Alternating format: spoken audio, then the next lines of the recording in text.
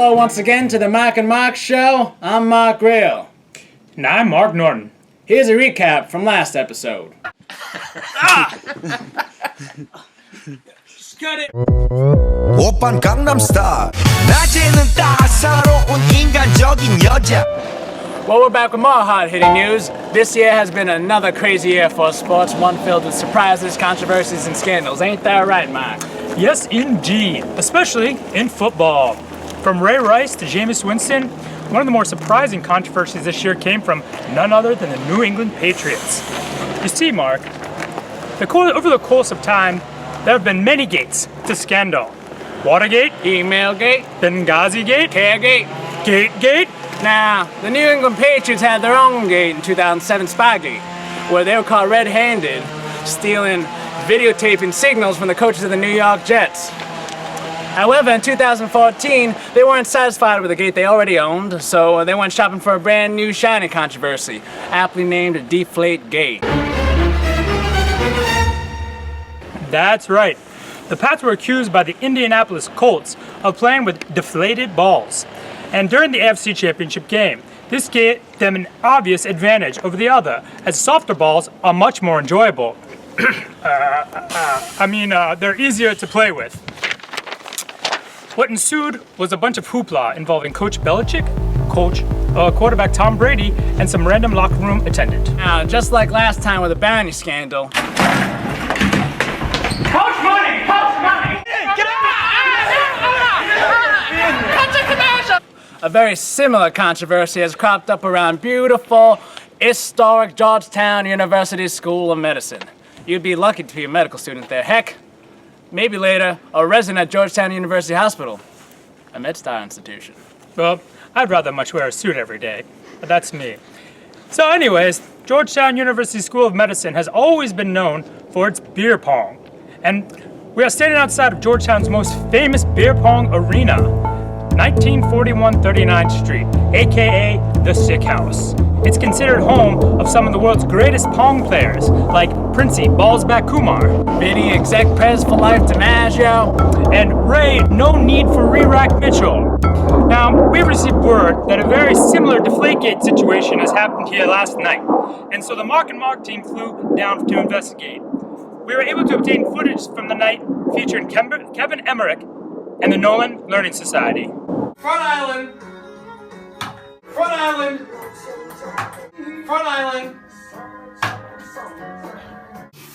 Gotta keep this water hot. Just like Coach Nolan likes it. Gotta keep the water hot. Steam, steam, steam. Steam and Willie beaming. Kevin Emmerich over there. All right, Kev, you made it this game. Oh, yeah! Oh, yes! Yeah! Wait a second, why is this water so freaking hot? And why is this ball so soft?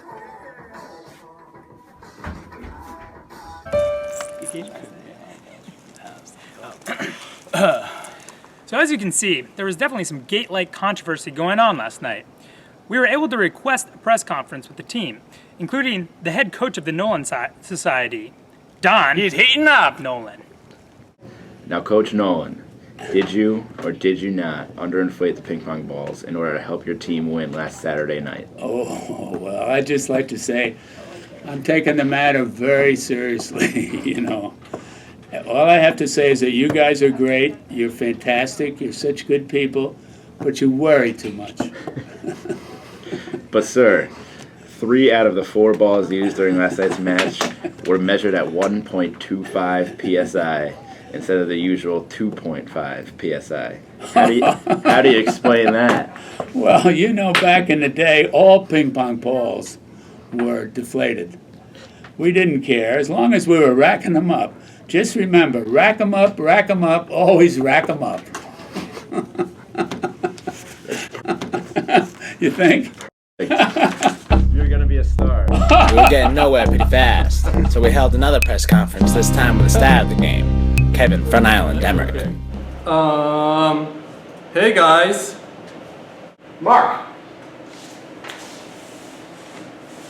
So did you have anything to do with deflating those pong balls? Really? I don't really know anything about air pressure and pong balls. All I know is when to call front island. Anything else is way above my pay grade. Mark. So, you're going to be a doctor. So, I can assume that your pay grade will be pretty high. Well, I just used my AAMC Med Loans organizer and calculator last night, and it looks like my pay grade is negative $500,000 over the next 20 years. Thanks a lot, Obama.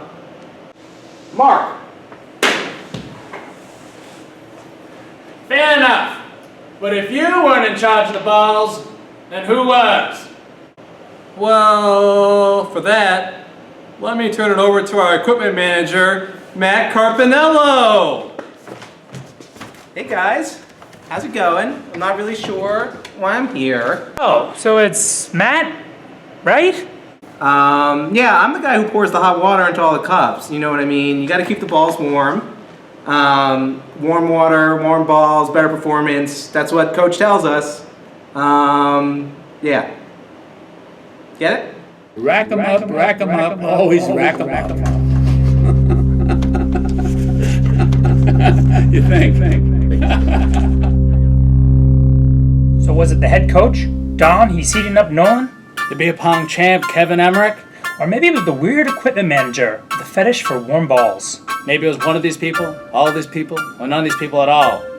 He or she could be roaming the streets right now, unbeknownst to you and me, enlightened with the knowledge of who deflated those ping pong balls, changing the course of history as we know it forever. And then there's Anisha Call. Next time on the Mark and Mark Show. This was another episode of the Mark and Mark Show, brought to you by This American Life. Our producer is Kevin Emmerich. Editing by Kevin Emmerich and Mark Reel. Fact-checking by absolutely nobody. Thank you to our sponsor, MailChimp. Special thanks to Coach Nolan, delivering smiles to all our faces daily. So is it Glover Park or is it Glover Park? Glover? All right.